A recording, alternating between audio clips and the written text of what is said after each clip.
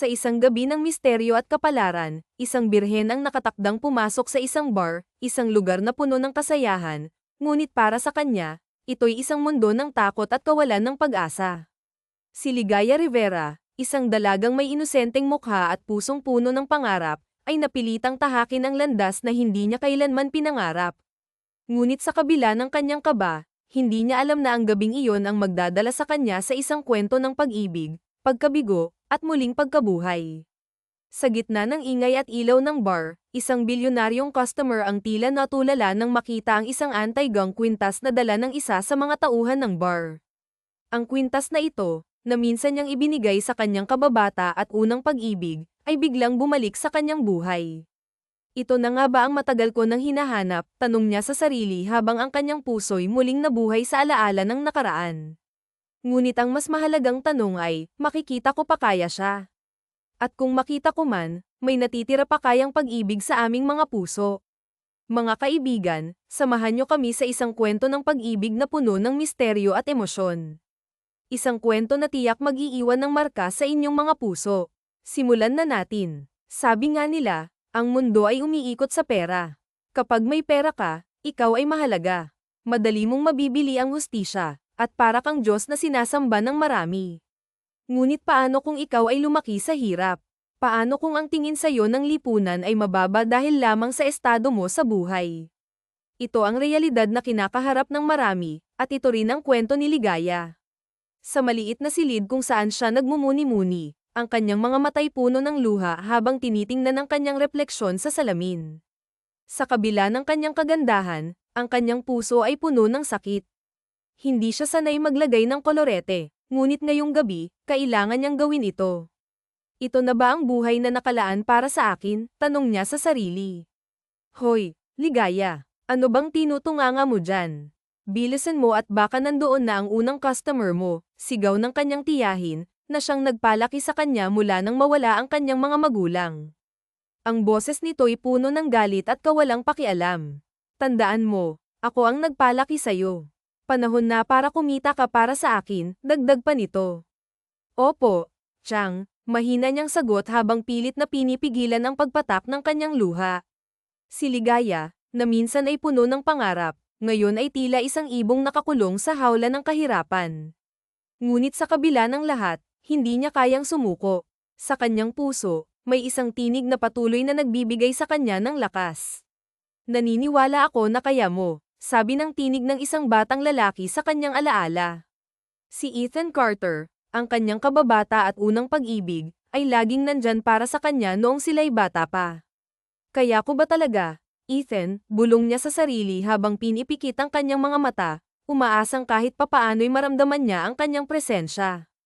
Ang gabing iyon ay magiging simula ng isang kwento na magpapabago sa kanilang mga buhay. Sa bar na iyon, magtatagpo ang kanilang mga landas. Ngunit ang tanong, sapat pa ba ang pagmamahal para paghilumin ang sugat ng nakaraan? Akin na kasi, mariing sabi ng lalaki, ang kanyang tinig ay puno ng pananakot at galit. Gusto mo pa atang masaktan, ha? Ang kanyang mga kamay ay marahas na humihila sa kwintas na mahigpit na hawak ng batang lalaki. Ang bata, sa kabila ng takot na bakas sa kanyang mukha, ay hindi bumitaw, tila ba ang kwintas na iyon ang huling alaala ng isang bagay na mahalaga sa kanya. Hindi na bago kay Ligaya ang ganitong eksena, mga pandurukot at pagnanakaw ay tila ordinaryo na sa kanilang lugar. Ngunit sa pagkakataong ito, hindi niya maiwasang madama ang matinding awa para sa bata. Ang kanyang maliit na katawan ay nanginginig sa takot, at ang kanyang mga mata ay puno ng luha. Tila ba dayo lamang ito sa kanilang lugar, kaya naman, sa kabila ng kaba sa kanyang dibdib, mabilis siyang tumakbo patungo sa bata at sa mandurukot. Walang pag-aalinlangan, kinagat niya ang braso ng lalaki. Napasigaw ito sa sakit, at sa galit, itinulak siya ng marahas. Bumagsak si Ligaya sa malamig na semento, ang kanyang mga tuhod ay dumyugo dahil sa lakas ng pagkakahulog. Pero hindi siya sumuko. Magnanakaw, magnanakaw, sigaw niya, ang kanyang tinig ay umaalingaw sa kalye. Napalingon ang mga tao sa paligid, at ang mandurukot, sa takot na mahuli, ay nagmamadaling tumakbo palayo. Narinig pa ni Ligaya ang mahinang mura nito bago ito tuluyang naglaho sa dilim. Salamat, sabi ng batang lalaki na ngayoy nakatingin sa kanya ng may pasasalamat at paghanga. Ako nga pala si Ethan Carter. Ikaw, anong pangalan mo? Tanong niya habang tinutulungan siyang makatayo.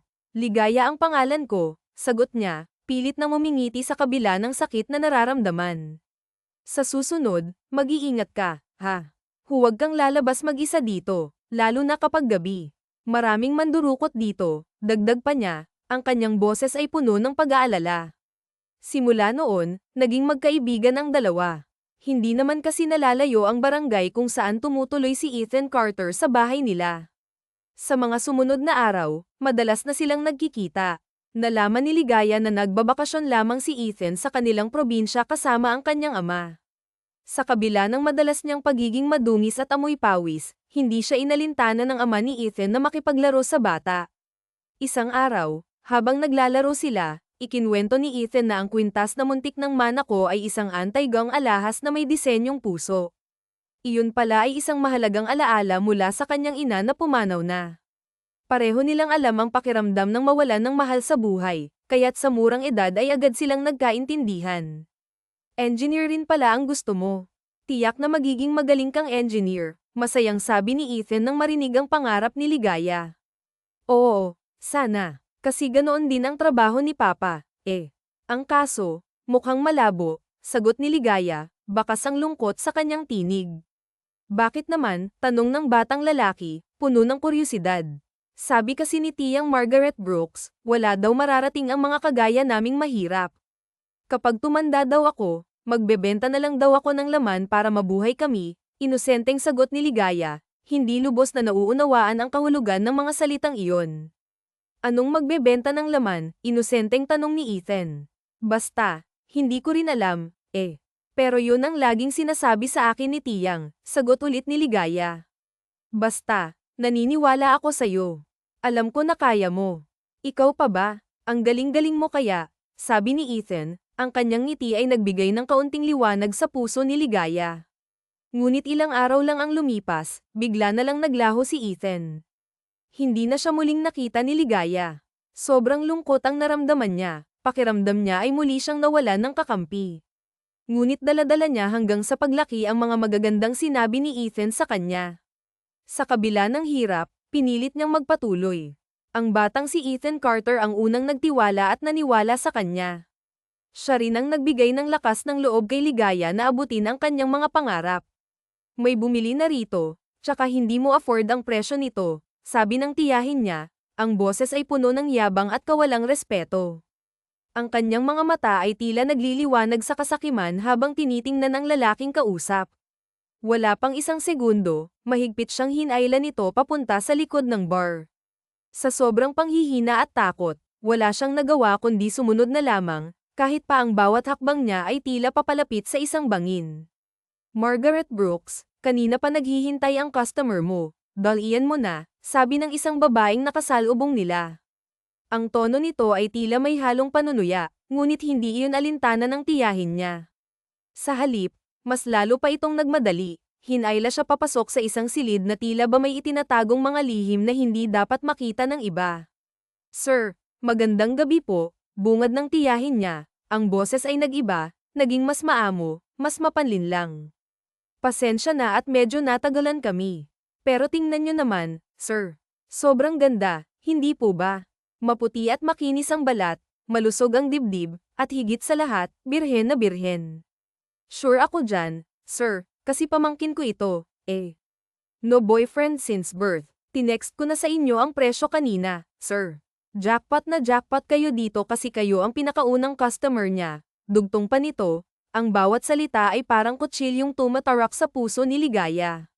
Mariin niyang ipinikit ang kanyang mga mata habang naririnig ang bawat salita ng tiyahin niya. Nang inig ang gilid ng kanyang mga labi, pilit na pinipigilan ang mga luhang nagbabadyang bumagsak. Gusto niyang sumigaw, gusto niyang tumakas, ngunit nananatili siyang tahimik dahil sa takot. Takot na baka kung ano pa ang magawa ng tiyahin niya sa kanya kapag nagkataon. I'll take her for a month, narinig niyang sabi ng isang lalaking may baritonong boses. Napalingon siya. At sa kanyang paglingon, nakita niya ang isang lalaking hindi niya inaasahan. Sa halip na isang matandang may malaking tiyan na madalas niyang naiisip, ang lalaki ay gwapo, parang artista sa telebisyon. Ngunit kahit pa ganoon, hindi maalis ang kaba sa kanyang dibdib. Hindi niya kilala ang lalaki, at hindi niya alam kung ano ang mangyayari sa kanya. Isang buwan po, tanong ng kanyang tiyahin, halatang nagulat ngunit hindi maitago ang kasakiman sa kanyang boses. Yup, meaning, sa akin lang siya ng isang buwan. Bawal siyang tumanggap ng kahit na sinong customer, sagot ng lalaki, ang boses ay malamig ngunit puno ng kumpiyansa. Napalunok si Ligaya, ang kanyang lalamunan ay tila natutuyo sa sobrang takot. But I don't have cash now. Do you accept cards or checks? Tanong pa ng lalaki, tila ba walang pakialam sa laki ng halagang kailangang bayaran. Check po, sir. Check, sagot ng tiyahin niya, ang mga mata nito ay nagliliwanag sa tuwa.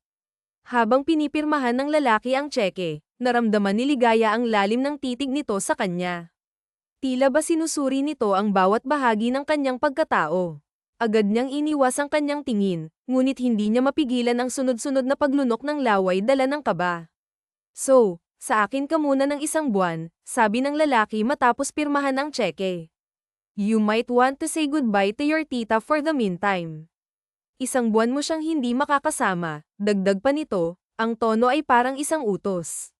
Napalingon siya sa tiyahin niya, umaasa ng kahit kaunting awa o pag-unawa. Ngunit wala siyang nakita. Ang tiyahin niya ay abala sa paghawak ng tseke, tila ba walang pakialam kung ano ang mangyayari sa kanya. Hindi pa rin siya makapaniwala na kaya siyang ibenta ng tiyahin niya ng ganoon na lamang. Let's go, sabi ng lalaki. Ang boses ay malamig ngunit may halong lamang.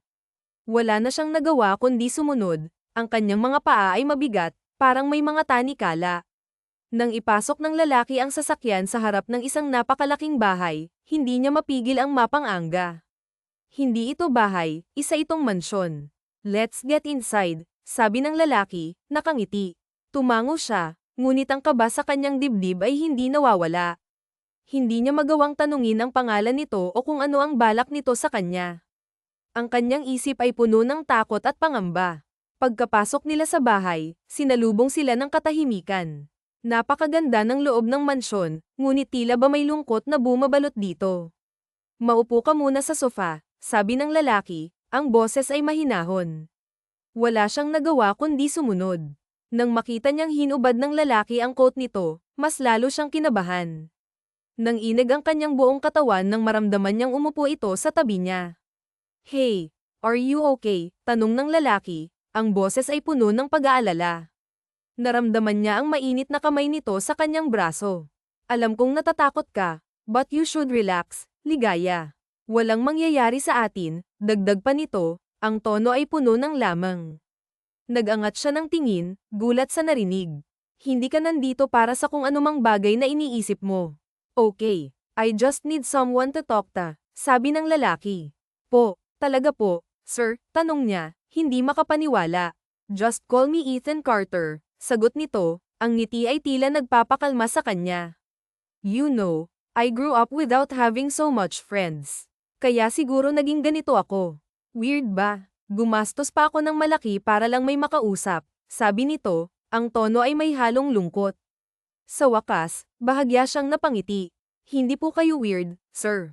Naiintindihan ko po, sagot niya, ang boses ay mas kalmado na. Napansin niya ang banayad ng ngiti sa labi ng lalaki, tila ba natutuwa ito sa kanya. Kasabay nito, nagkibit balikat pa ang lalaki na parang nais ipakita ang kanyang pagiging casual sa sitwasyon. Just call me Ethan Carter, Ligaya, wika nito. Ang boses ay malalim ngunit may halong init na tila ba naglalaman ng maraming hindi nasasabi.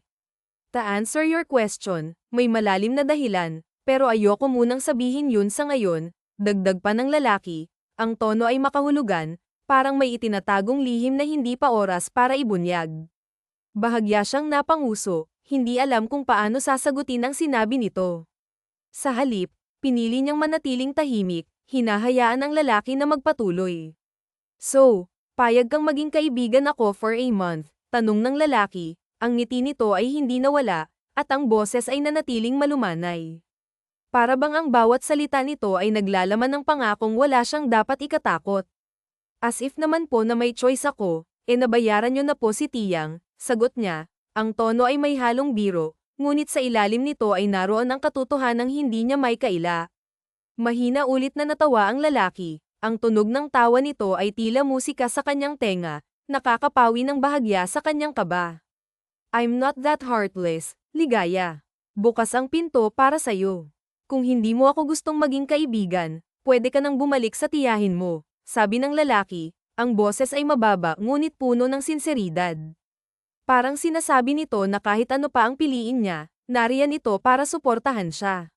Hindi po yun ang ibig kong sabihin, sir. Tsaka nagbibiro lang po ako, sagot niya, medyo nahihiya dahil sa maling akala nito.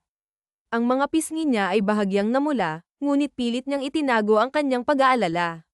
I know, sagot ng lalaki, ang tono nito ay kalmado. Alam ko rin na hindi mo gustong gawin ang pinapagawa sa'yo ng tiyahin mo. Kaya nga rin nagpasya ako na dalhin ka rito para makatakas ka sa kanya. Kahit na 1 buwan lang, but 1 month is a lot of time, Ligaya. Kaya gusto ko rin sana na sa 1 buwan, makapagpasya ka kung ano ba talaga ang balak mong gawin sa buhay. Habang buhay ka na lang bang magsusunod sa mga utos ng tiyahin mo, o gagawa ka ng paraan para maabot kung ano man talaga ang pangarap mo, mahaba at makahulugang paliwanag ng lalaki. Napatitig siya sa lalaki, ang kanyang dibdib ay tila ba piniga ng mga sinabi nito. Hindi niya may kaila na may katotohanan ang mga salita nito, mga katotohanang matagal na niyang tinatanggihan sa kanyang sarili. Wala rin naman po kasi akong ibang mapupuntahan kung sakali, at saka si Tiyang na lang po ang nag-iisang pamilya ko eh. Kahit na papaano po ay malaki pa rin ang utang na loob ko sa kanya dahil kinupkop niya ako noong mawala ang mga magulang ko, sagot niya. Ang boses ay mababa, halos pabulong, ngunit puno ng emosyon. Wala ka bang ibang mapapasukang trabaho? I mean, pwede mo naman siyang matulungan financially na hindi pumapayag na ibenta ka na niya sa iba. Tanong ng lalaki, ang tono nito ay puno ng pag-aalala. Napailing siya, ang kanyang mga mata ay nagmistulang salamin ng kanyang kawalang pag-asa. Gusto kasi ni Tiyang yung money. At kung saan sa tingin niya mas malaki ang kikitain niya kaagad, doon siya.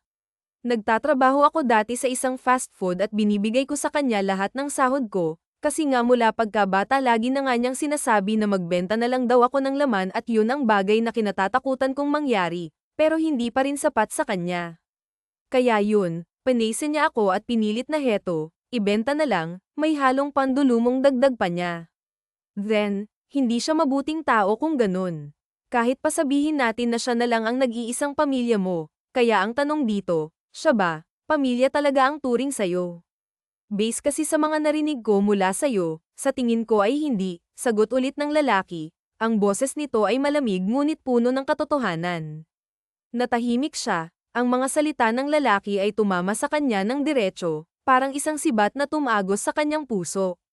Matagal na niyang nararamdaman iyon, ngunit ngayon lang niya narinig mula sa iba.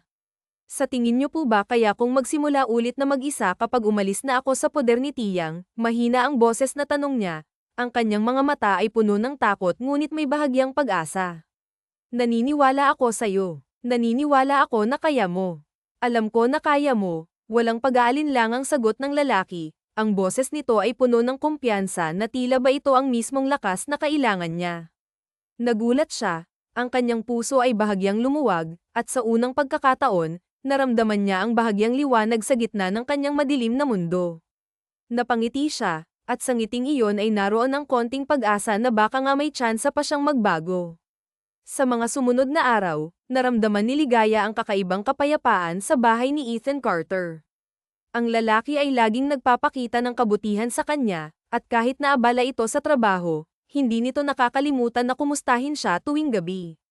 Sa bawat pag-uusap nila, mas lalo niyang nakikilala ang lalim ng pagkatao nito, isang taong may mabuting puso at sinseridad na bihira niyang makita sa iba. Magandang umaga. Nagluto na ako ng almusal, nakangiting sabi ni Ligaya isang umaga nang makita niyang bumaba na ang lalaki mula sa ikalawang palapag. Ang kanyang ngiti ay puno ng pagmamalaki habang itinuturo ang hapagkainan. Wow naman, inispoil mo na ako, biro ni Ethan Carter. Ang ngiti nito ay malawak, at ang tono ng boses ay puno ng lamang. Napalunok si Ligaya, hindi maipaliwanag ang bahagyang kilig na naramdaman niya.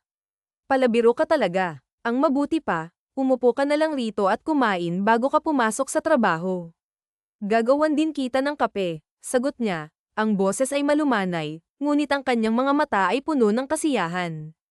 Sa bawat araw na lumilipas, mas lalo niyang nararamdaman na hindi siya nag-iisa.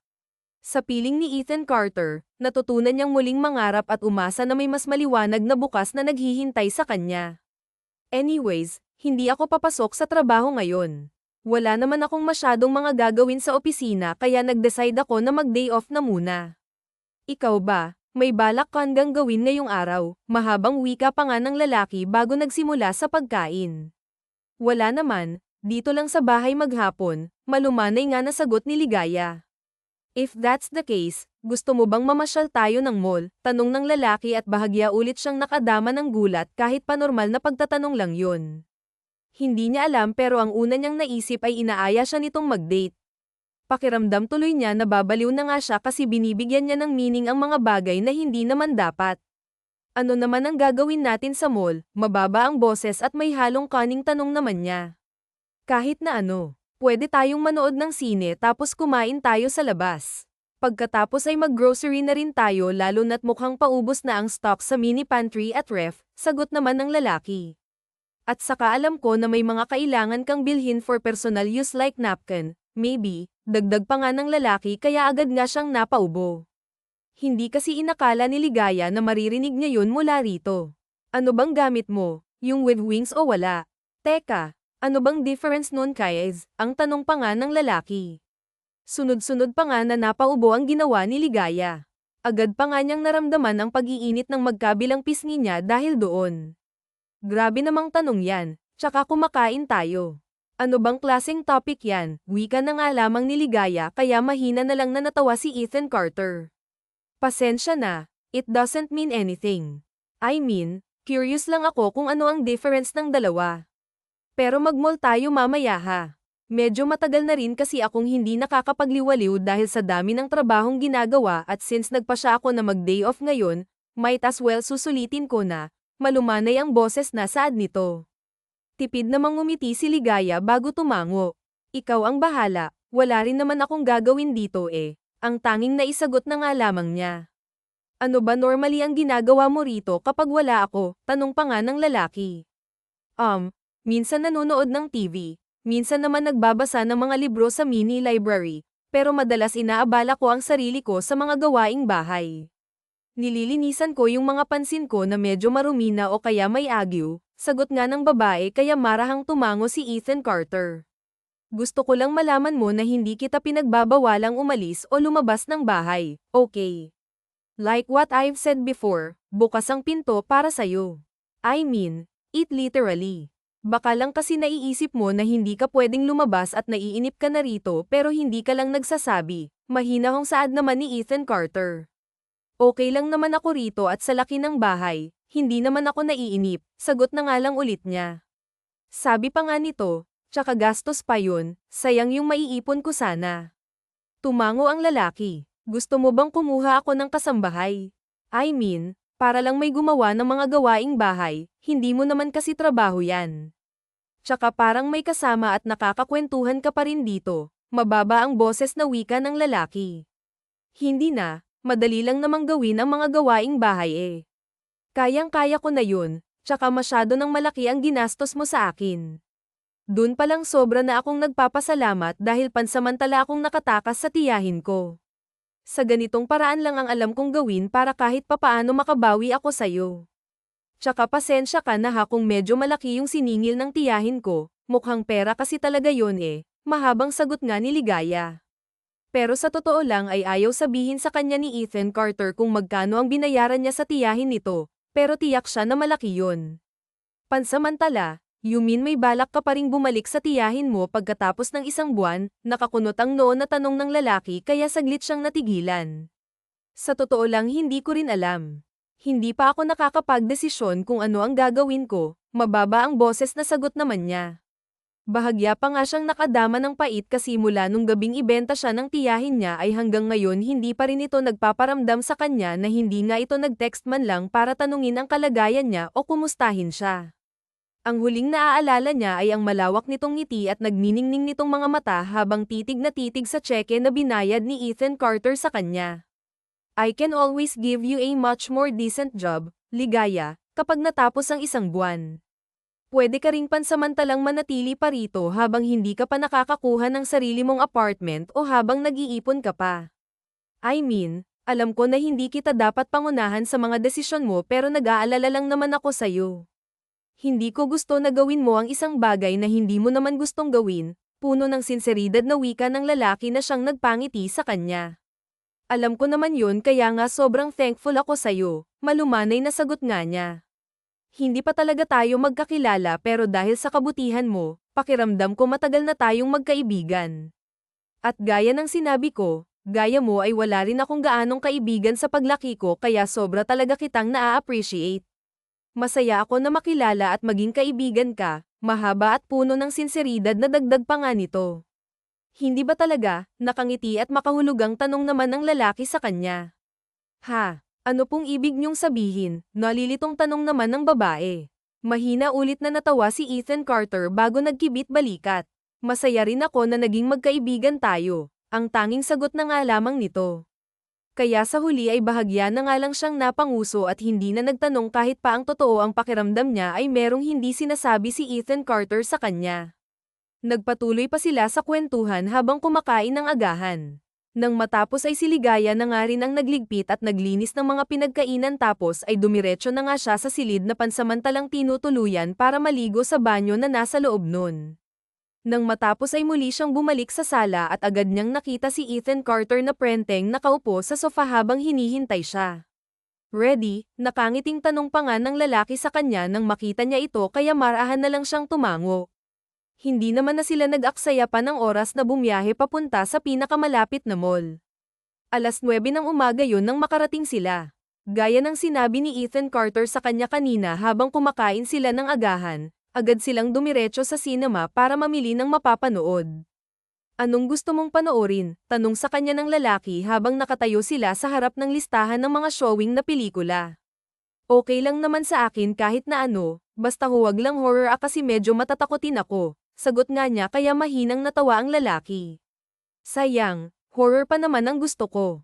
I mean, para kapag natakot ka pwede mong hawakan ang kamay ko. May halong panghahara na wika nga ni Ethan Carter kaya agad na naman siyang nakadama ng kilig at pamumula ng pisngi. Ito na lang kaya, tanong pa nga ng lalaki. Bago pa siya makasagot, tapos itinuro nito ang isang action rom-com na movie. Agad naman siyang ngumiti bago tumango bilang pagsang-ayon. Sige, agad na sagot niya. Pagkatapos ay dumiretso na nga sila sa counter para makabili ng tiket. Bukod doon ay bumili rin ng isang malaking tub ng popcorn si Ethan Carter at 2 inumin. Nang naglalakad na nga sila papunta sa cinema ay pansin niya ang maraming kababaihan na napapalingon sa gawin nila. At alam niya na dahil yun sa kasama niyang lalaki na sobrang gwapo talaga. Gaya ng sinabi niya ay mukha itong artista kaya hindi nakakapagtakang agad pansin talaga ang kagwapuhan nito. Mukhang may lahing Amerikano si Ethan Carter pero hindi niya alam at hindi siya sigurado. Yun na rin marahil ang dahilan kung bakit sobrang ganang loob niya sa lalaki dahil may medyo naaalala nga niya ang kanyang kaibigang si Ethan Carter dati. Tapos tila ba medyo magkalapit pa ang pangalan nila.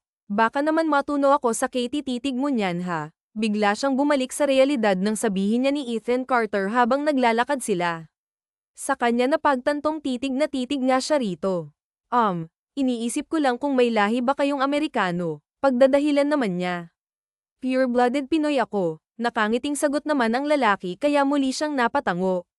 Pero kung sa isa ang tinutukoy mo, papasang pang-Amerikano ta, dagdag pa ng lalaki. Saglit siyang natigilan kasi medyo nalito nga siya sa sinabi nito. Hindi niya agad nakuha ang biro pero nang mapagtanto kung ano ang ibig nitong sabihin ay gulat nga siyang napalingon dito na nanlalaki pa ang mga mata. Agad namang natawa ng mahina si Ethan Carter nang makita ang reaksyon niya. Ang height ko ang ibig kong sabihin, so don't look at me like that. Ikaw anong iniisip mo? May halong pangaasar na wika pa nga ng lalaki kaya nag-iwas na lamang siya ng tingin dala ng labis na hiyang nararamdaman. Wala kaya akong ibang iniisip, agad na depensa naman niya kaya muli na nga lang natawa ang lalaki. Nang makapasok na nga sila sa sinahan ilang sandali pa ay nagsimula na ang pelikula. Hindi pa rin talaga siya makapaniwala na nangyayari ito ngayon. Ayaw man niyang isipin pero pakiramdam talaga niya ay nagde-date sila ni Ethan Carter at ang ideyang yun ay para siyang dinadala sa alapaap, sobrang nakakakilig sa parte niya. Kaya naman sa buong oras na nanunood sila ng sine ay wala siyang maintindihan na pinapanood nila ang focus kasi niya ay nasa gwapong lalaki sa tabi niya. Nang araw na yun ay nila ang maghapon nila sa pamamasyal sa mall at pakiramdam din nila ay mas lalo pa silang napalapit at mas nakilala ang isa't isa dahil sa dami ng mga bagay na napagkwentuhan nila tungkol sa buhay ng isa't isa parang sila yung magkaibigan na matagal nang magkakilala at ngayon lamang nag-cut up. Mabilis pang lumipas ang mga araw at hindi yun namamalayan nila Ethan Carter dahil nga masaya sila sa bawat oras na magkasama sila at sa bawat araw na lumilipas mas nakikilala nila at mas nagiging malapit sila sa isa't isa. Oo nga pala, may selebrasyon ng company mamayang gabi para sa successful na start ng mga bagong branches dito. Gusto mong sumama sa akin? Nakangiting tanong ni Ethan Carter sa kanya isang umaga habang sabay silang kumakain ng agahan. Nako. Hindi na siguro. Hindi naman ako empleyado ng kumpanya nyo. Agad na sagot naman niya kahit pa ang totoo ay natatakot lang siya na baka mapahiya nga niya ang lalaki kapag isinama siya nito. Hindi naman siya magaslaw na kumilos o kung ano, basta lang kasi may mga ibang businessman o mayayaman silang makasalamuha at hindi siya sanay sa ganoon. Come on now, ilang linggo na rin tayong magkasama sa iisang bubong kung iisipin para na tayong mag-asawa. Natatawang saad ni Ethan Carter kaya saglit siyang natigilan. Napakagat pa nga siya sa ibabang labi para mapigilan ang ngiti na dala ng kilig na nararamdaman, may punto naman kasi ang lalaki kahit na paano isipin para nga silang mag-asawa. Pinagluluto, pinaglalaba at inaasikaso kasi niya ang lalaki habang ang isa naman ay nagtatrabaho, kulang na lang ay sa iisang silid na nga rin sila matulog. What I mean is, dapat kilala mo na ako. Magkaibigan tayo, hindi ba? Kung iisipin, parang mag-best friend nga tayo eh. One more thing, I'm the boss kaya welcome ang lahat ng gusto kong isama at imbitahin doon. Look, hindi ko gustong isipin mo na pinipilit kita, but I want you to enjoy kaya sumama ka na sa akin. Okay, akong bahala. So, hindi naman kita pababayaan doon, mahabang dagdag pa nga ng lalaki. Sige na nga, ang tanging naisagot na nga lamang niya sa huli. Great. Uuwi ako ng hapon para matulungan kitang makapag-prepare, tapos sabay na tayong pumunta doon, wika ulit nito. Kaya tipid na nga lang siyang umiti bago marahang tumango. Malaki ang pasasalamat niya kay Nathaniel at alam niya na ilang beses na nga niya itong nasabi, pero yun ang totoo. Hindi lang dahil naging mabuting kaibigan ito sa kanya, kung hindi dahil na rin ang dami niyang mga bagong naranasan dahil sa tulong nito, kahit pansamantala lang. Kahit na papaano ay naranasan niya ang buhay na hindi niya inakalang mararanasan niya, ang masagana, masaya, at tila ba sobrang gaang na pamumuhay, yung tipong walang iniisip na kahit na anong problema at lagi lang na nakangiti. Pero kahit na ganun, alam ni Ligaya sa sarili niya na may hangganan ang lahat. Pagkatapos ng isang buwang na pagkasunduan, alam niya na kailangan na nga niyang bumalik sa kanyang realidad. Hindi niya alam kung ano ang mangyayari kapag nangyari yun, pero umaasa nga siya na maging magkaibigan pa rin sila ng lalaki. Oo nga pala, aalis ako ngayong araw. Papasyalan ko lang si Tiyang, may halong pag-aalinlangan na palm nga ni Ligaya kay Ethan Carter. Saglit na natahimik si Ethan Carter bago pilit na umiti at tumango. Kahit na papaano kasi ay nag-aalala pa rin ako sa kanya. Gusto ko lang sanang makasigurado na okay lang siya, dagdag pa nga ng babae. Mas lalong humanga si Ethan Carter sa kanya dahil sa dali nitong puso. Kahit na ginagawa na siya ng hindi maganda, nagpapakita pa rin siya ng mabuti sa kanya, sa kanyang tiyahin. Ihahatid na kita kung ganun, sagot naman ni Ethan Carter. Hindi na, aarkila na lang ako ng tricycle, agad naman nasagot ni Ligaya. May pera ka ba? I mean, baka lang may iba ka pang puntahan pagkatapos. O baka may mga gusto kang bilhin, wika ulit nga ni Ethan Carter kaya mahina siyang natawa. May konti naman akong naitabi para sa sarili ko noong nagtatrabaho pa ako. Hindi naman kasi ako magastos na tao. Alam kong nag-aalala ka kaya salamat, pero okay lang talaga ako, nakangiti at malumanay naman na sagot niya. Bahagya pang kumunat ang noo niya nang marinig na napabuntong hining ang lalaki. Bakit? Bakit may problema ba? Tanong pa nga niya rito. Hindi. Wala. Sagot ng lalaki. Naisip ko lang na sobrang buti mo talagang tao. Imagine, kahit pa hindi naging maganda ang pakikitungo sa'yo ng tiyahin mo, at kahit pa nagawa ka niyang ibenta sa ibang tao para sa pansarili niyang interes, iniisip mo pa rin siya at nag-aalala ka pa rin sa kanya, mahabang saad pa nga nito. Ganun talaga siguro kapag totoong pamilya ang tingin mo sa isang tao. Kahit na hindi maganda madalas ang pinapakita nila sa'yo, mahalaga pa rin sila sa'yo, mababa naman ang boses na sagot ni Ligaya. That's true, but you have to know your limitations kasi hindi healthy ang ganyan. Madalas kasi ang sobrang kabutihan ay nagiging weakness natin, at yun ang ginagamit ng ibang tao o kung minsan nga ay kadugo natin para patuloy nila tayong mapaikot sa mga palad nila. Hindi ko sinsasabi to kasi gusto kong magalit ka sa tiyahin mo dahil sa mga ginawa niya sa'yo. Ang gusto ko lang sabihin ay minsan okay lang na mag-set ng boundary sa mga tao na hindi healthy sa buhay natin. That way, magkakaroon tayo ng peace of mind, mahaba pero may hinahon sagot naman ng lalaki. Tipid na lang ulit ng umiti si Ligaya dahil sa narinig. Alam naman kasi niya sa sarili na tama ang lalaki, pero hindi ba niya maintindihan ang sarili niya? Kahit pa alam niya ang tama, hindi talaga niya maiwasang isipin ang tiyahin at mag-alala pa nga rin dito. Nagpatuloy pa nga sila sa pagkain ng agahan, at nang matapos ay nagpahinga na nga lang saglit ang lalaki bago nagpaalam sa kanya na aalis na siya. Naman ay naglinis lang ng bahay saglit bago nagpa siyang gumayak na rin para nga mapuntahan ang kanyang tiyahin. Pagkadating nga niya sa maliit nilang bahay ay wala ito. Ang una niyang inisip ay nasa kapitbahay nila ito na may pasugalan, at hindi nga siya nagkamali. Naabutan kasi niya itong nagsusugal habang may bote ng alak sa harap nito. Hindi na bago sa kanya ang ganito dahil nga literal na bisyo naman talaga ang tiyahin niyang si Margaret Brooks Bugaw. Ligaya, long time no see ah. Balita ko mayaman ka na, agad na wika ng isang kapitbahay na unang nakakita sa kanya. Dahil doon ay agad na napalingon sa kanya ang kanyang tiyahing si Margaret Brooks. Oh, bakit nandito ka? Wala pang isang buwan ah. Nagsawa na sa'yo ang customer mo, agad na bungad sa kanya ng tiyahin kaya napangiwi nga siya. Hintayin mo ako sa bahay at tatapusin ko lang saglit, wika ulit nito kaya hindi na nga siya nakasagot pa. Sa huli ay napabuntong hininga na nga lamang siya at nagpas siyang magpunta na nga lang sa bahay nila at doon maghintay. Pagkaraan naman ng ilang minuto ay dumating na nga ang kanyang tiyahin. May pera ka ba dyan? Binigyan ka ba niya ng tip?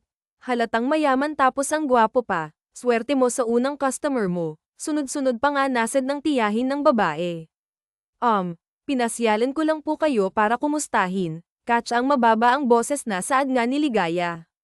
Nako, wala akong pera. Ano, ikukuha na ba kita ng bagong customer mamaya?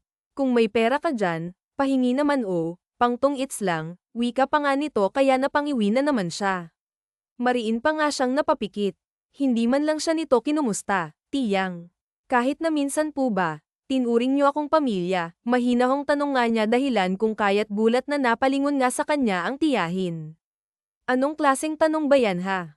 Umagang-umaga nagdadrama ka. Tigil-tigilan mo nga ako't ilang araw akong natatalo sa sugal, baka masamain ka sa akin, saad pa nga ng tiyahin. Maapait na nga lamang na napangiti si Ligaya dahil sa narinig kaya sa huli nagpa siya na nga lang siyang tumayo. Na mukhang okay naman po kayo rito. Babalik na po ako sa bahay ni Sir Ethan Carter. Nagpaalam lang po talaga ako sa kanya na papasyalan at kukumustahin kayo, saad na nga lamang niya. Ayaw kasi niyang magsayang ng enerhiya na makipagtalo rito kasi alam niya na kahit pailabas niya ngayon ng lahat ng sama ng loob na nararamdaman at dinadala niya, wala rin namang mangyayari. Sa huli ay i-validate lang din ng kanyang tiyahin ng nararamdaman niya at sasabihing drama. Mag-iwan ka ng pera para may pangkain ako ng tanghalian, dagdagan mo na rin ang panglibang ko ng tong-its, wika nga ng tiyahin. Nanginginig ang mga lami at nagpipigil ng luha na binuksan na nga lamang ng babae ang dalang bag. Naglabas na nga lamang ng 200. Pasensya na po, ito lang ang pera ko. Pamasahe ko na lang po pabalik yung natitirang cent, mahinahong wika nga niya. Ano ba yan, galingan mo naman kasi ang performance mo, nang bigyan ka ng malaking tip. Baka puro kwartihan lang ang pinapakita mo sa kanya. Akitin mo rin at perahan, huwag puro ganda lang ang gamitin pati utak mo, okay, saad pa nga ng tiyahin niya. Agad siyang nakadama ng labis na inis sa galit pero pinigilan pa rin niya ang sarili na magsalita kasi hindi nga niya gusto na sumagot dito. Kung may naituro man sa kanya ang mga magulang niya, kahit pa maagang mawala ang mga ito sa kanya, yun ang huwag mawala ng respeto sa kahit na sino. Aalis na po ako sagot na nga lamang ni Ligaya ng mailapag na nga sa maliit na lamisita ang dalawang nagmamadali nang umalis si Ligaya at nagpas siyang bumalik nang na nga sa bahay ni Ethan Carter. Sobrang sakit talaga sa parte niya na hindi man lang siya kinumusta ng tiyahin at pera kaagad ang binungad nito sa kanya. Ganun pa man ay hirap na hirap pa rin siyang itapon talikuran at iwan ito dahil nga pamilya pa rin talaga ang turing niya rito sangga na kung sangga pero ganun talaga ang nararamdaman niya. Sa araw na yun ay nagpa siya nga si Ligayang abalahin na nga lamang ang sarili sa panonood ng telebisyon o kung hindi kaya ay pagbabasa ng mga libro sa mini library gaya ng mga nakasanayan na niyang gawin sa bahay ng lalaki sa ilang linggong pananatili rito. Pagdating naman ng hapon gaya ng sinabi ni Ethan Carter ay umuwi na nga ito at inaya na nga siya nito kaagad na umalis. Bahagyang napanguso si Ligaya pagkaraan ng ilang sandali nang makitang ipinarada din ni Ethan Carter ang sasakyan sa harap ng isang butik. PS Wardrobe ang pangalan nun. Nang makapasok na nga siya ay agad silang sinalubong ng isang nakangiti at magandang babae. This is Isabella Knight, my friend, and Isabella Knight, si Ligaya, nakangiting pagpapakilala pa nga ni Ethan Carter. Hi, I'm pleased to meet you, masayang wika naman ng babae sa kanya. Isabella Knight, ikaw nang bahala sa kanya, saad ulit ni Ethan Carter. Hindi pa nakakasagot at nakakibo si Ligaya nang nakangiti na nga siyang hinayla nito papunta sa kung saan wala na nga siyang nagawa nang paupuin nga siya nito sa isang silya tapos ay nagsimula na ngang lagyan ng light makeup ang mukha at nang matapos ay may inabot din itong kulay gold na dress sa kanya at pinasuot sa kanya sa dressing room. Sobrang ganda ng dress at mukhang mamahalin, bagay na bagay yun sa kanya dahil bumagay rin yun sa kanya ang kaso ay medyo hindi siya komportable dahil nga hindi naman siya sanay sa ganito. Ganun pa man ay lumabas pa rin pagkatapos. Perfect, you look gorgeous and very elegant, masayang saad nga ni Isabella Knight nang makita nga nito si Ligaya bihis na rin. Sinat at hinihintay ka na niya, dagdag pa nga nito. Saglit pang natigilan si Ligaya nang marinig ang pangalang itinawag ni Isabella Knight sa lalaki. Muli na naman kasi niyang naalala ang batang naging kaibigan niya noon, si Ethan Carter. Wow, namamanghang saad naman ni Ethan Carter nang makita nga niya si Ligaya agad na napakagat ng ibabang labis si Ligaya dala ng labis na kabang nararamdaman pakiramdam din niya ay namula ang buong mukha niya dahil sa titig ni Ethan Carter na sobrang gwapo rin sa suot na suit and tie well kahit anuman ata ang isuot ng lalaki ay sobrang gwapo pa rin talaga nito. Mas lalo na siguro kung wala siyang suot. Hindi na tinuloy pa ni Ligaya ang kalokohang naisip at mabilis pang umiling na parang nababaliw. Sobrang ganda mo, wika ulit ni Ethan Carter kaya agad siyang napalunok ng laway. Sigurado ka bang okay lang ang ganito? Hindi ba nakakahiya? May halong pag-aalinlangan nga na tanong niya sa lalaki. Sigurado akong maraming mata ang titingin sa iyo ngayong gabi dahil sa sobrang ganda mo, ang papuri ulit sa kanya ng lalaki. Let's go, nakangiting pag-anyaya pa nga nito sa kanya kaya tumango na nga lamang siya. Isabella Knight, salamat ulit. I'll see you around. Okay, saad pa nga ni Ethan Carter bago humalik sa pisngi ng magandang babae. Agad na nag-iwas ng tingin si Ligaya kasi pakiramdam niya bahagya siyang nakadama ng selos dahil sa nasaksihan kahit wala naman siyang karapatan at wala naman siyang dapat ikaselos.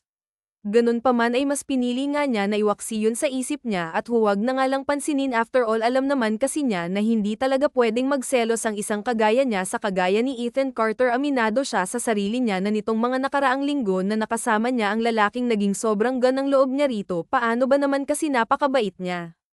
Bakramdam nga rin niya ay nahuhulog na nga siya rito dahil sa taglay nitong kabutihan pero ayaw niyang i-entertain ang sariling nararamdaman dahil natatakot nga siya na baka hindi sila pareho ng nararamdaman ng lalaki. Natatakot siya na baka masaktan lang siya sa huli. Nang makarating sila sa venue ng party ay agad na nakadama ng pagkamangha si Aya dahil sa ganda ng pagkakaayos ng lugar.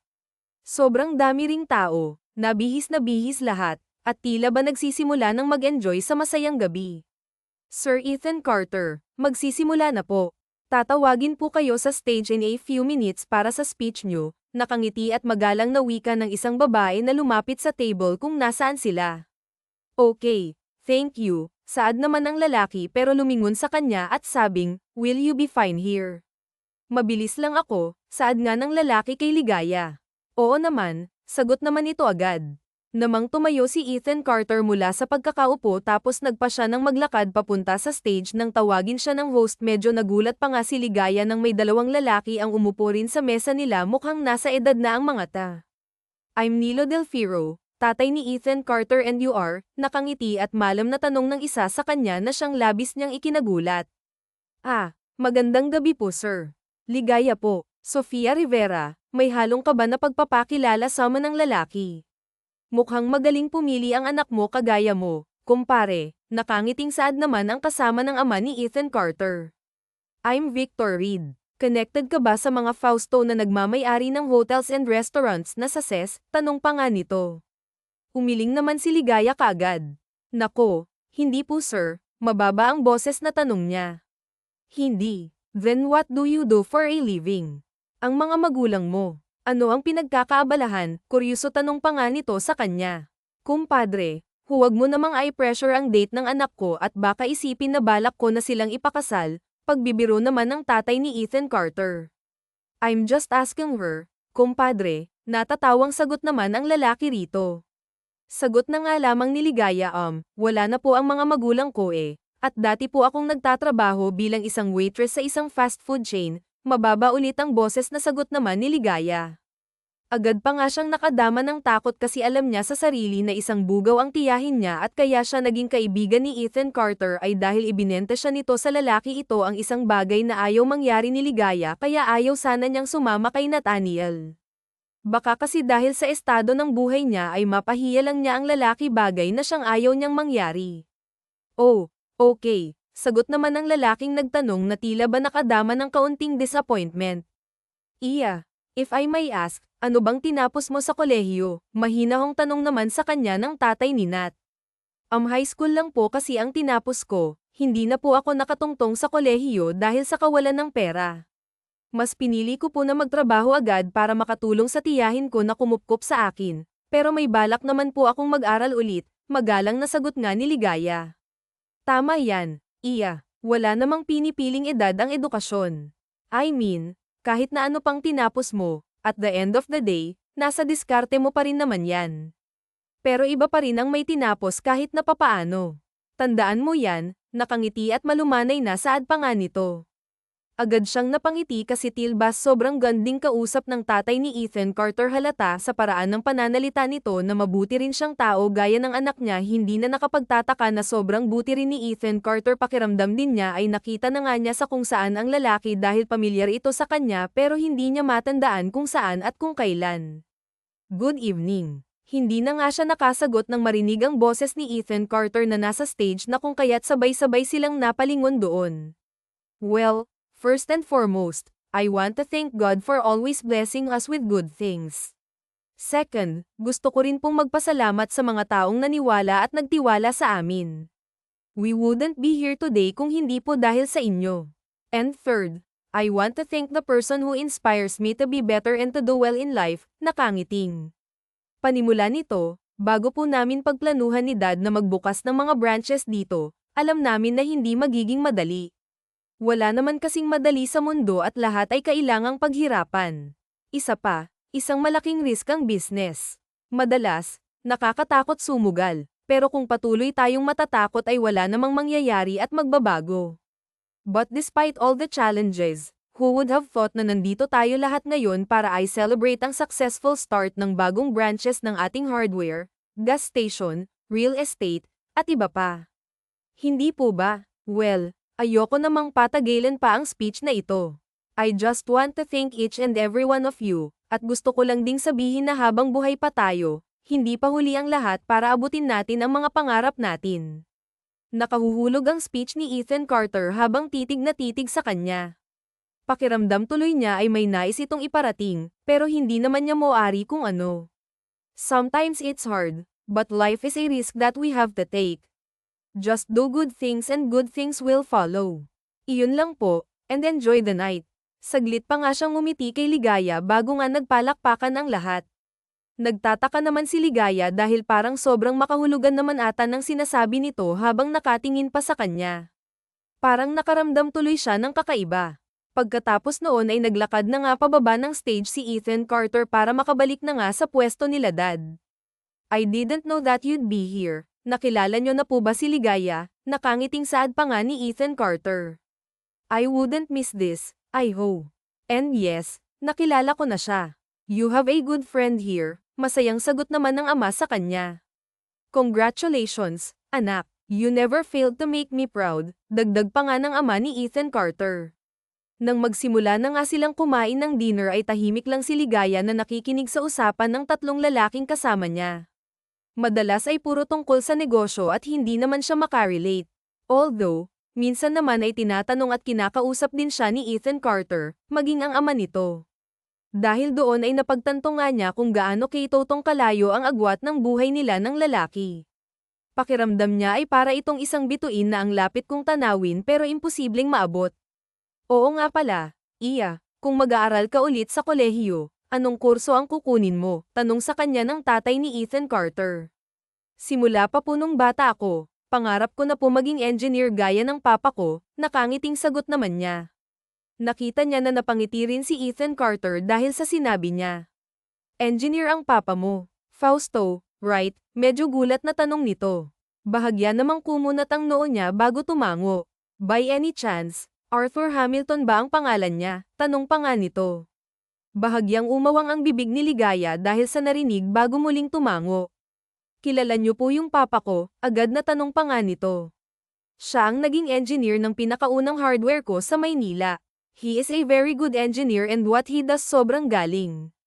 Gusto ko nga sana noon na siya ulit ang maging engineer sa mga ibang branches na itatayo ko pa, pero nagpasya nga siya na mag-settle dito sa probinsya dahil nga buntis na raw ang asawa niya at ayaw niyang lumalayo palagi, malumanay nga na pagkukwento nito. Agad na napangiti si Ligaya dahil sa narinig. Kahit na papaano ay nakadama nga siya ng labis na saya na makarinig ng magandang bagay tungkol sa papa niya. A few years ago, nalaman ko na nawala nga sila ng asawa niya dahil sa isang car accident. I didn't realize until now na ikaw pala ang anak niya. I'm sorry about what happened to your parents, Iya. I can only imagine how hard it is for you to experience all that at an early age. Yung taon na nawala ang mga magulang mo, iyon din ang taon na nawala ang mama ni Ethan Carter dahil sa sakit na brain tumor. Siguro ay may dahilan kung bakit pinagtagpo kayo ng tadhana at masaya ako na makilala ka rin ngayon, nakangiti at malumanay na dagdag pa nga nito.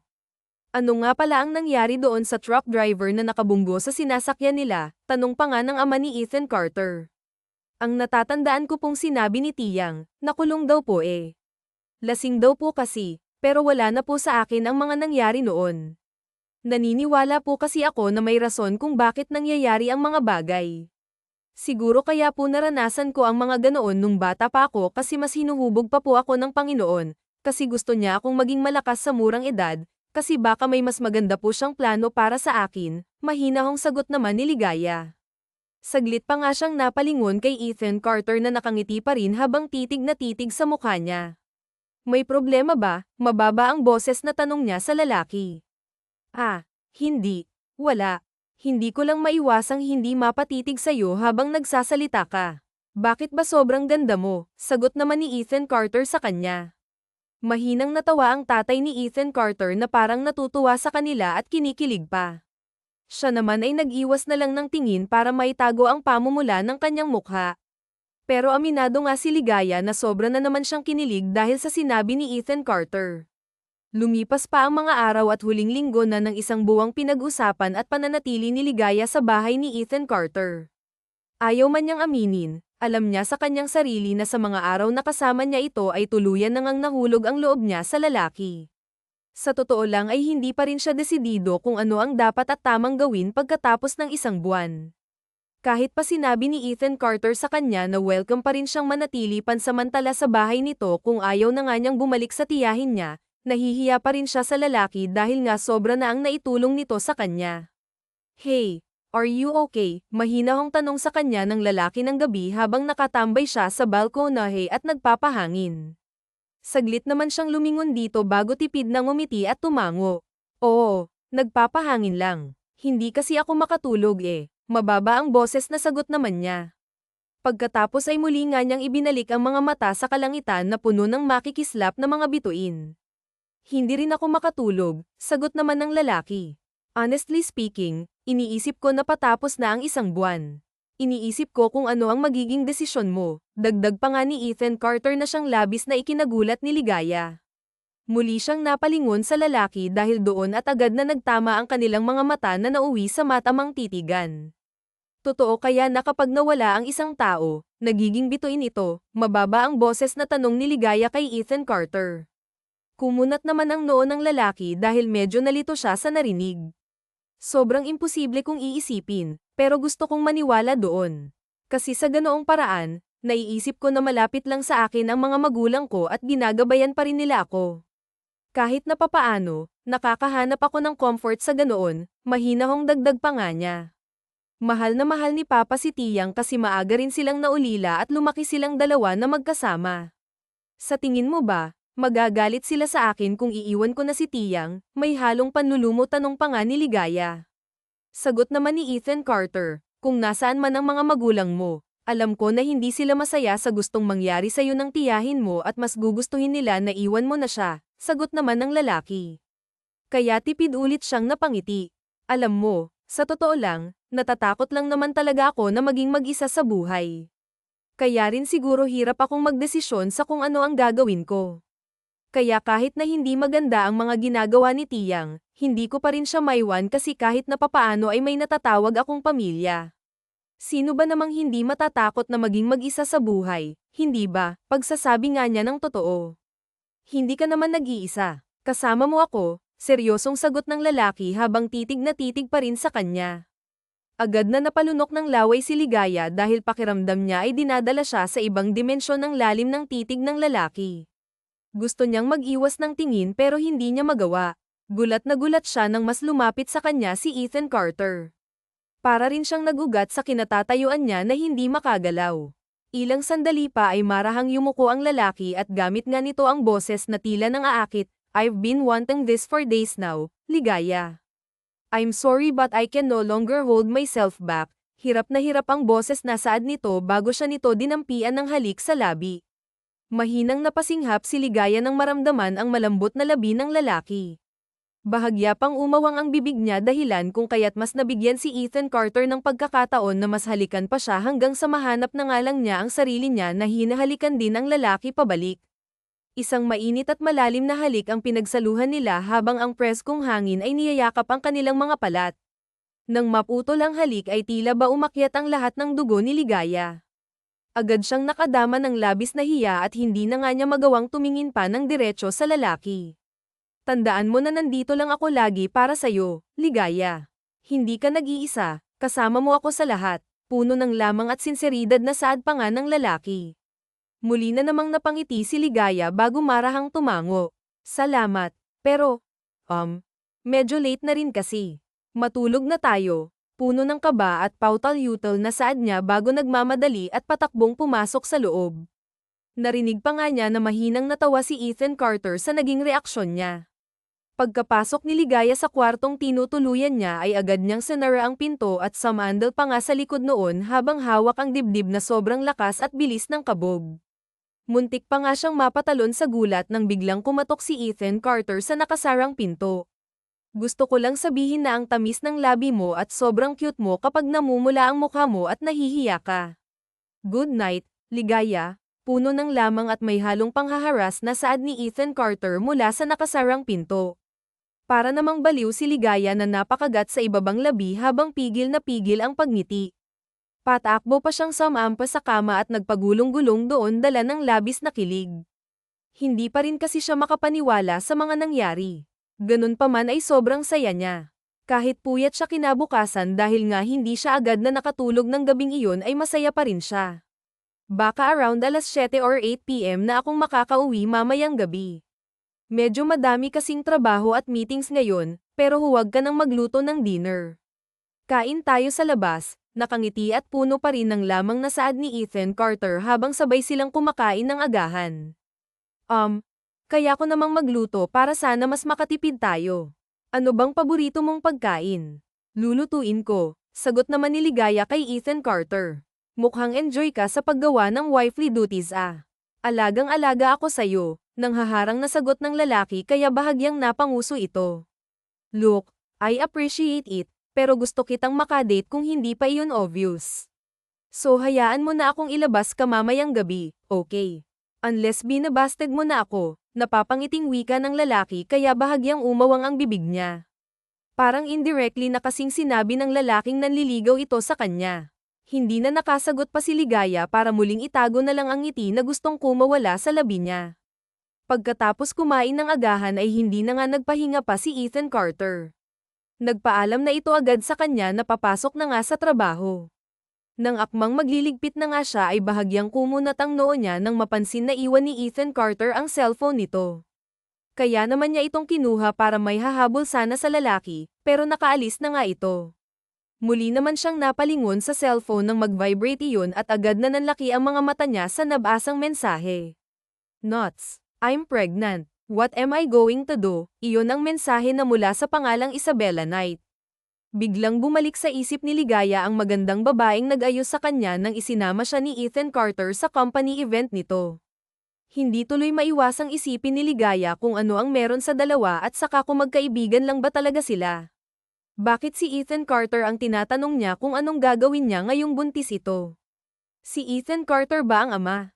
Ang ideyang iyon ay parang punyal na sumasaksak sa kanyang puso. Pero kahit saang anggulo iisipin, pakiramdam niya ay wala siyang panama sa babae. Ganong klase kasi ng mga babae ang alam niyang babagay sa tabi ni Ethan Carter na successful na sa buhay, hindi isang kagaya niya. I forgot my phone. Gulat niyang napalingon kay Ethan Carter na hindi niya namalayang bumalik pala. Pilit naman siyang ngumiti rito bago inabot sa lalaki ang hawak niya. Ihahabol ko nga sana sa'yo sagot na nga lamang ni Ligaya. Thank you, beautiful. I'll see you tonight. Malambing pa nga nasaad ni Ethan Carter at commendat pa nga bago muling umalis na. Sa huli ay napabuntong hininga na nga lamang si Ligaya dahil sa dami ng mga bagay na tumatakbo sa isip niya. May namamagitan ba talaga kina Ethan Carter at Isabella Knight?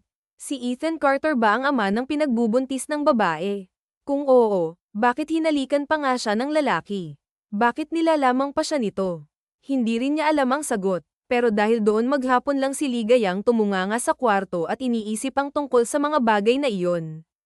Kahit dumating ang gabi nang mag-dinner sila sa isang mamahaling restaurant ay tahimik lang si Ligaya. Ganun pa man ay hindi naman niya pinahalata sa lalaki ang mga bagay na gumugulo sa isip niya. Nang matapos kumain ay gusto pa sana ni Ethan Carter na mamasyal sila, pero sinabi na nga lamang ni Ligaya na inaantok na nga siya dahil gabi na nga rin iyon. Kaya sa huli ay nagpasya silang umuwi na. Are you sure you're okay?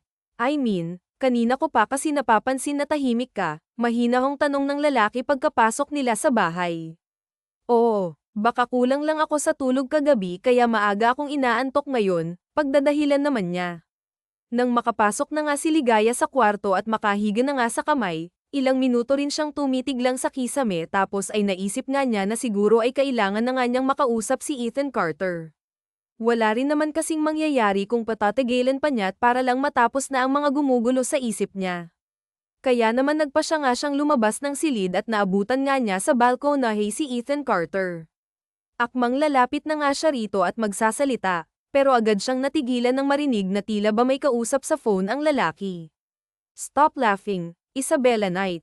I'm serious. Okay, now listen. Wika ng lalaki tapos ay huminga pa nga ng malalim.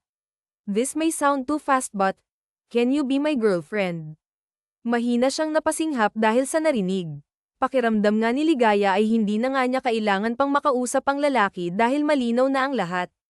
Kaya naman muli na nga lang siyang naglakad pabalik sa silid niya at ayaw man niya ay hindi na nga niya napigilan ang sariling mapaiyak ng gabing iyon.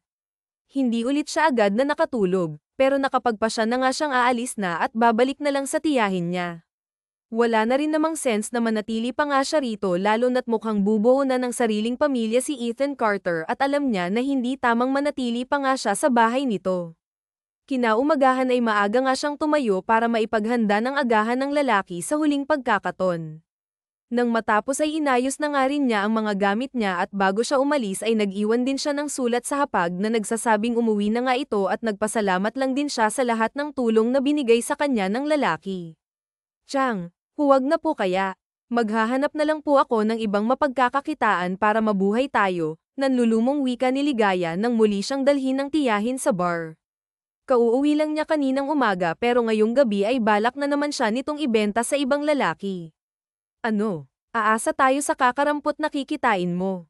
Aba, huwag kang ang maarte, Ligaya, single na naman ang kaniyang tiyahin bago siya nito itinulak papasok sa isang silid at agad na sinara ang pinto. Wow, maganda nga, gulat pa nga siyang napalingon sa lalaking nagsalita at agad na napasinghap nang makita na wala itong kahit na anong suot. Halikan na rito, baby, nang makapagsimula na tayo, nakangising dagdag pa nga nito. Sir, hindi po kasi ako pumapayag sa ganito.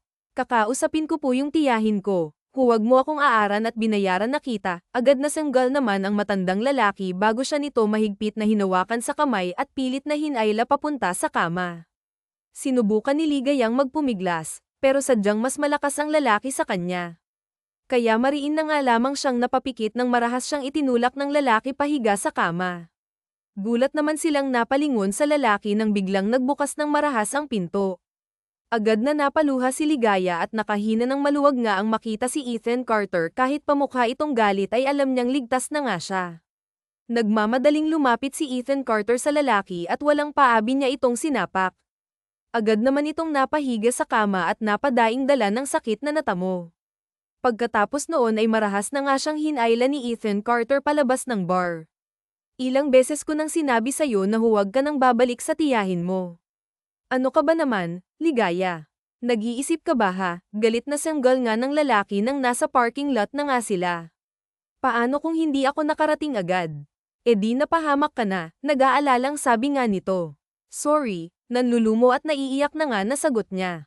Bahagya pa nga siyang napayuko dala ng pinaghalong takot at hiya na nararamdaman. Pero agad din namang gaman ang loob niya nang maramdamang niyakap siya ng lalaki. Bakit pa kasi bigla ka nalang umalis, ha? May nagawa ba ako na hindi mo nagustuhan? Akala ko okay lang tayo. Ano bang problema? Sunod-sunod na saad ng lalaki na sa puntong yun ay mahinahon na ang kanyang boses. Mariin namang napapikit si Ligaya dahil doon. Parang hindi kasi tama na manatili pa ako sa bahay mo gayong bubuo ka na ng sarili mong pamilya. Mahina ang boses na sagot ni Ligaya. Agad na kumawala sa yakap ang lalaki bago siya nito tinignan na may halong pagtataka. What do you mean? Nalilitong tanong ni Ethan Carter. Narinig kita kagabi, tinanong mo si Isabella Knight kung pwede mo na ba siyang maging girlfriend. Nabasa ko rin ang text niya sa'yo nang hindi sinasadya na buntis siya. Pagsasabi niya ng totoo, hindi ko alam kung bakit mo pa ako hinalikan, pero alam ko na mabuti kang tao kaya huwag mo na siyang sasaktan at lokohin pa. Malungkot na dagdag pa nga ni Ligaya. Bahagyang nakadama ng inis nang makita ang multo ng ngiti na gumuhit sa labi ng lalaki, habang siya kasi ay nasasaktan, frustrated, at nakakadama ng kung ano-ano pang emosyon. Si Ethan Carter naman ay nagpipigil ng ngiti. Look, hindi totoo na wala akong gaanong kaibigan sa paglaki ko, okay? I have a lot of good friends, and PS, one of them, mahinang sagot naman ang lalaki. Buntis siya at kaibigan ko ang boyfriend niya. Regarding sa narinig mo kagabi, hindi siya ang inaaya kong maging girlfriend. I was asking for her advice at nagpa-practice kami. Kunwari ay ikaw ang tinatanong ko habang kausap ko siya. Hindi ko kasi alam kung paano ka tatanungin para maging girlfriend na kita ng tuluyan, paliwanag naman ng lalaki kaya literal siyang napanganga. Hindi pa siya nakakasagot nang bigla na lang may inilabas ang lalaki mula sa bulsa nito. Muli na naman siyang napanganga nang makita ang isang pamilyar na kwintas. Do you remember this? Tanong pa nga ng lalaki sa kanya. Yun ang anti-gang, Kay, na pagmamayari ng kaibigan niyang si Ethan Carter. Nung unang gabi na dinala kita sa bahay, tinanong mo ako kung bakit willing akong gumastos ng malaki para lang magkaroon ng kaibigan at kung bakit kita binili sa tiyahin mo sa bar. Kailangan kong gawin yun para mailigtas ka sa sitwasyon na hindi mo gusto, saad ng lalaki. Ako si Ligaya, ako si Ethan Carter, nakangiting pagpapakilala nito. Ako yung batang niligtas mo sa mandurukot noon. Ako yung kaibigan mo, dagdag pa nga nito. Muli na namang nagunahan sa pagtulo ang luha sa mga mata ni Ligaya dahil sa narinig. Bakit hindi mo agad sinabi? Umiiyak nitong tanong. Hinihintay ko na makilala mo ako. Hindi mo ba napapansin ang mga obvious sign na sinasabi at pinapakita ko? Sagot naman ang lalaki. Sa totoo lang ay may parte sa kanya ang nag-isip na baka iisa nga lang si Ethan Carter at ang kaibigan niyang si Ethan Carter, lalo na sa tuwing may mga sinasabi ito na makahulugan na para bang ang tagal na nilang magkakilala, pero natakot siyang umasa. Napaiyak na nga lamang ulit si Ligaya bago agad na yamakap ng mahigpit sa lalaki. Bakit ang tagal mong bumalik? Alam mo bang lagi kitang hinihintay? Ikaw lang ang kaibigan ko eh. Ikaw lang ang totoo kong kaibigan kaya bakit ang tagal mo? Parang batang saad ni Ligaya habang patuloy sa pag-iyak. Marahan pa nga niyang hinahampas ang dibdib ni Ethan Carter na ngayon ay yakap siya ng mahigpit.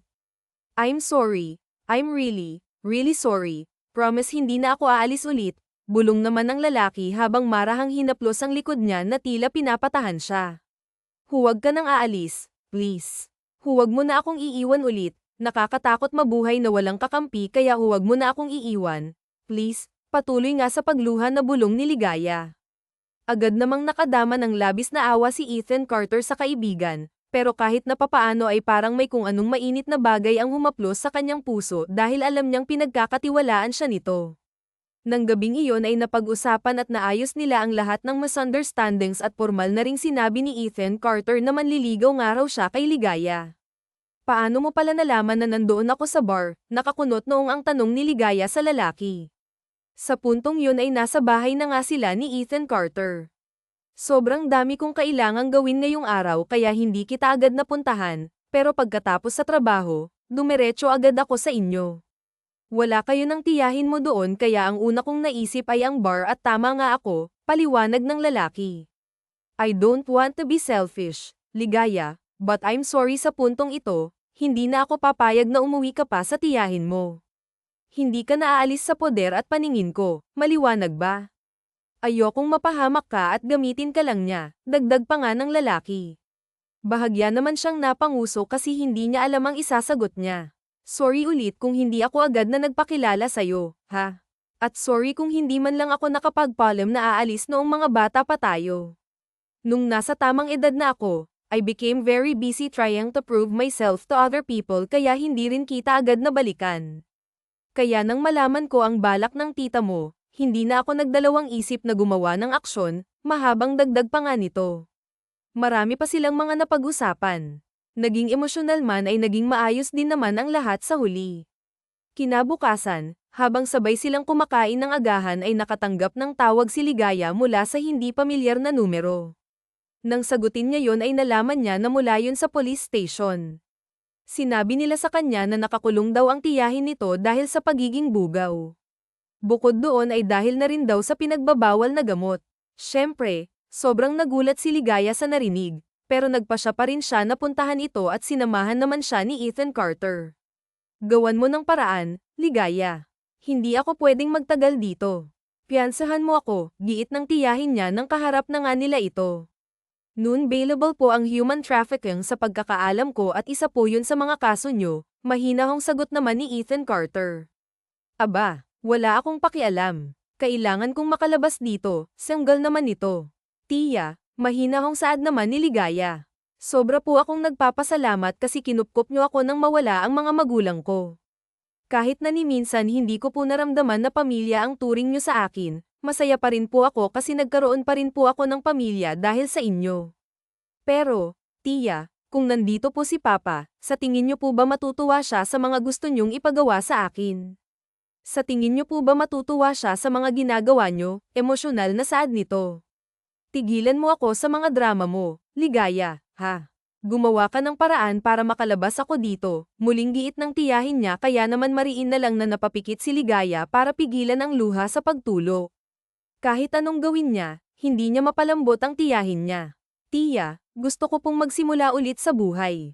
Gusto ko po na may marating ako, gusto ko po na matupad ang mga pangarap ko. Hindi yung magbebenta po ako ng laman para sa pera gaya ng gusto niyong gawin ko. Pasensya na po kung wala akong magagawa para mailabas kayo rito, mariing saad na nga nila. Wala kang gagawin. Wala kang utang na loob. Sana pala hindi nakita kinupkop noon. Wala kang kwenta, sigaw nito sa kanya. Aalagaan ko po siya at sa pananatili niyo po rito sana ay may mga natutunan kayo at matututunan pa kapag nakalaya na po kayo at nagbago. Hindi po kami magdadalawang isip na tanggapin at tulungan kayo, wika naman ni Ethan Carter. Mga walang kwenta. Bahala kayo sa mga buhay niyo, galit na sigaw pa nga ng tiyahin ng babae bago padubog na tumayo at iniwan na sila. Nang makaalis na nga ito ay saka muling napaiyak si Ligaya. Sa totoo lang, sobrang bigat nito sa puso niya. Masakit at mahirap sa kanyang ganito, pero wala naman siyang magagawa at tumasa na nga lamang siya na magbabagong buhay rito ang tiyahin niya dahil gaya ng sinabi ni Ethan Carter kapag nakalaya na nga ito ay hindi naman siya magdadalawang isip na tulungan at tanggapin ito. Sa mga sumunod na araw ay nagpatuloy naman sa panliligaw si Ethan Carter kay Ligaya. Pumayag siya na pansamantalang tumuloy sa bahay ni Ethan Carter tapos ay humanap nga siya ng mapapasukang part-time job at nag-enroll sa kolehiyo. Todo suporta naman si Ethan Carter sa kanya kasi gaya niya ay gusto rin ng lalaking maabot niya ang mga pangarap niya. At syempre, hindi naman na pinatagal pa ni Ligaya ang panliligaw sa kanya ng lalaki dahil pagkaraan lang ng ilang linggo sinagot na nga niya ito. Bakit ba siya mag-iinarte? Almost perfect na para sa kanyang lalaki. Gwapo na, malambing, mabait, at supportive pa. Pakiramdam nga niya ay sobrang swerte niya kasi ganitong klase ng lalaki ang boyfriend niya. Mabilis na lumipas ang 5 taon at sa kasalukuyan ay may isang anak na nga sina Ethan Carter at Ligaya na mag-iisang taong gulang na. 25 years old si Ligaya nang makapagtapos siya sa kolehiyo at si Ethan Carter ang sumama sa kanya sa stage para tanggapin ang diploma niya. Nang araw ding yon ay nagulat siya nang lumuhad sa harap niya si Ethan Carter at inaya na nga siya nitong magpakasal. Nahihiya man dahil sa dami ng taong nanunood ay hindi pa rin siya nagdalawang isip na pumayag. Pagkalipas ng 1 buwang preparasyon, pagkatapos noon ay kinasal na nga sila. Hindi pa siya tuluyang nagiging engineer gaya ng pangarap niya, nakabuo na nga sila ng panganay si Baby Lucas Green. Pero okay lang kay Ligaya yon at least ay may degree na siya. Bukod doon, kung dati ang pangarap niya ay maging engineer, ngayon naman ang pangarap niya ay maging mabuting asawa kay Ethan Carter at maging mabuting ina sa anak at mga magiging anak pa nila. Sa totoo lang, hindi naging madali ang lahat sa mahigit 5 taong relasyon nila. Gaya kasi ng ibang relasyon ay dumadaan din sila sa mga pagsubok, pero wala naman silang hindi kinakaya. Ang tiyahin naman ni Ligaya na si Margaret Brooks ay nakakulong pa rin. Pinapasyalan naman nila ito sa tuwing may pagkakataon at sa ilang taong nasa kulungan nito ay tila ba marami itong aral sa buhay na natutunan. May isang pagkakataon kasi na umiiyak ito sa harap ni Ligaya at paulit-ulit na humingi ng sorry sa mga bagay na nagawa niya rito. Masaya naman siya dahil sa nangyari at umaasa rin siya na dumating ang araw na mabigyan ito ng parol at makalaya na para makasama na rin nila ito. Naging maayos at masaya naman ang lahat at sa tingin nila ay wala na nga silang mahihiling pa. Simple man ang naging kwento, tiyak naman nakakapupukaw ito ng